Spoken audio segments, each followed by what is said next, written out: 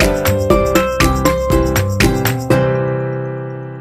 Students, आज की biology की क्लास में हम वंशागति के सिद्धांत चैप्टर के अंतर्गत गुणसूत्र की संरचना यानी स्ट्रक्चर ऑफ क्रोमोसोम्स के विषय में पढ़ेंगे। ये क्रोमोसोम्स कहाँ पाए जाते हैं? जो कोशिका के अंदर केंद्रक होता है ना, केंद्रक, उसके अंदर धागेनुमा संरचनाओं को हम गुणसूत्र कहते हैं।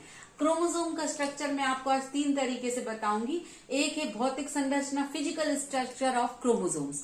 फिजिकल स्ट्रक्चर यानी कि माइक्रोस्कोप में जो गुणसूत्र को देखा जाता है क्रोमोसोम्स को, तो उसकी जो स्ट्रक्चर सिंपल दिखाई देता है, उसमें क्या क्या होता है। इसमें आप देख रहे होंगे कि गुणसूत्र के चारों तरफ एक पतली झिल्ली होती है जिसको हम पेलिकल कहते हैं। इसके अंदर ये दो जो जोड़े में दिखाई दे रहे हैं ना आपको, इनको हम क्रोमोनीमेटा कहते हैं। और अंदर जो लिक्विड भरा हुआ है इसको हम मैट्रिक्स कहते हैं। इसके अलावा क्या होता है कि जैसे गुणसूत्र की एक भुजा हो गई और यहाँ पर एक सिकुड़ा हुआ भाग है जिसको हम प्राइमरी कॉन्स्ट्रिक्शन या प्राथमिक संकीर्णन कहते हैं। उसके आगे सेंट्रोमियर होता है। उसके आगे एक और सिकुड़ा हुआ भाग है जिसको हम सेकेंडरी कॉन्स्ट्रिक्शन या द्वितीयक संकीर्णन कहते हैं। और उसके आगे वाले हिस्से को हम सैटेलाइट कहते हैं।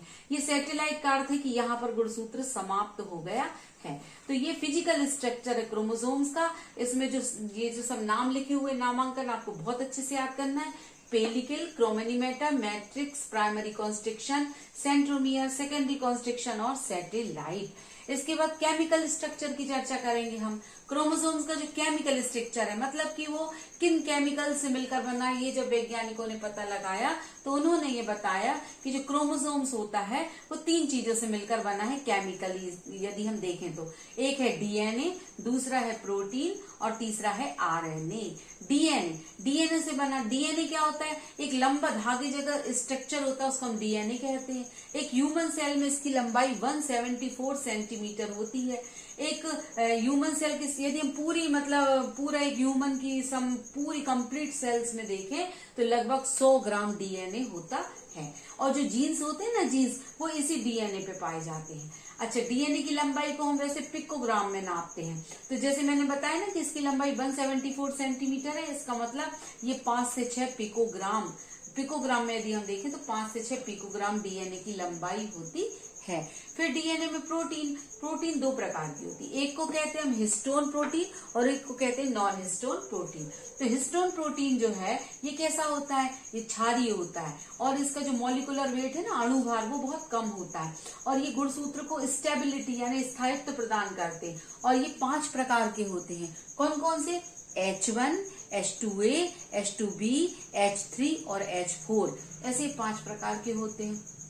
दूसरा जो नॉन हिस्टोनिक प्रोटीन है ना, वो अक्षारीय होता है। इसका जस्ट अपोजिट है। जैसे ये क्षारीय था तो ये अक्षारीय, इसका अणुभार कम है तो इसका मॉलिक्यूलर वेट ज्यादा है, उच्च अणुभार है ये। फिर डीएनए का क्रियात्मक नियंत्रण, ये क्या काम करता है? डीएनए का जो फंक्शन होता है ना, उसका क्रियात्मक नियंत्रण, कंट्रोल करने का काम ये करता है। फिर आरएनए, नंबर 3 है आरएनए। आरएनए की बहुत कम मात्रा जो है क्रोमोसोम्स में पाई जाती है, लगभग 1.5% ये होता है। इसके बाद हम अल्ट्रा स्ट्रक्चर की बात करेंगे। अल्ट्रा स्ट्रक्चर ऑफ क्रोमोसोम यानी कि क्रोमोसोम को और अंदर डिटेल में जब देखा जाता है तो उसके अंदर क्या क्या दिखाई देता है, ये कॉर्नबर्ग और थॉमस ने सन 1974 में बताया। इन्होंने ये बताया कि ये जो मैंने प्रोटीन की बात करी ना आपसे, 5 प्रकार की प्रोटीन, तो इनमें से जो 4 प्रोटीन है, H2A, H2B, H3 और H4, ये 4 प्रोटीन के 2-2 अणु मिलकर के एक ऑक्टामर बनाते। ऑक्टामर मीन्स 8 अणु। ऑक्टा जैसे होता है ना, मोनो, डाई, पेंटा, ट्राई, ये सब, तो ऑक्टा मीन्स 8। तो ये H2, ये वाले protein histone protein, H2A, H2B, H3 और H4 के 2-2 प्रोटीन मिलकर ये जो गुच्छा बनाते हैं, इसको ऑक्टोमर कहते हैं। इस ऑक्टोमर के ऊपर आप देखिए ये ब्लू कलर से जो मैंने बनाया, ये डीएनए का स्ट्रैंड लिपटा हुआ रहता है। एक वो पूरा सर्कल लगाता है और दूसरा हाफ सर्कल लगा के आगे बढ़ जाता है। एक पूरा सर्कल इसने लगाया, फिर हाफ 3/4, मतलब ये ऐसे क्वाइल्ड होता है। फिर ये आगे बढ़ता है। आगे बढ़ता है ना, तो जो आगे बढ़ता है इस वाले डीएनए को हम लिंकर डीएनए कहते हैं, जो कि लिपटा हुआ नहीं है, उस डीएनए को हम लिंकर डीएनए कहते हैं इसको।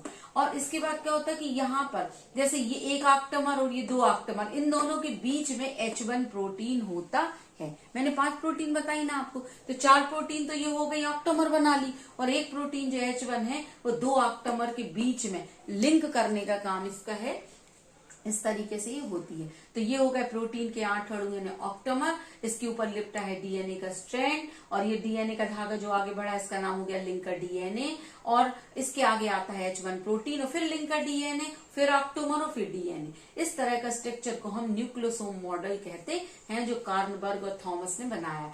मीन्स क्या हुआ कि इसमें गुणसूत्र जो है, इन्होंने ये बताया कि जो गुणसूत्र है क्रोमोसोम्स होता है वो 3 चीजों से मिलकर बना है, क्रोमेटिन, डीएनए और हिस्टोन प्रोटीन का। तो क्रोमेटिन की यूनिट क्या हो गई, न्यूक्लियोसोम, और न्यूक्लियोसोम जो है प्रोटीन के ऑक्टोमर का बना होता है, और एक ऑक्टोमर H2A, H2B, H3 और H4, ये 4 प्रोटीन है ना, इनके 2-2 अणु मिल गए, यानी कि 8 अणुओं का बना होता है। और इस पर 200 बेस पेयर जो होते हैं डीएनए के होते हैं, और 2 न्यूक्लियोसोम के बीच में, एक न्यूक्लियोसोम और एक न्यूक्लियोसोम के बीच में लिंकर डीएनए होता है, और ऑक्टोमर के ऊपर डीएनए ये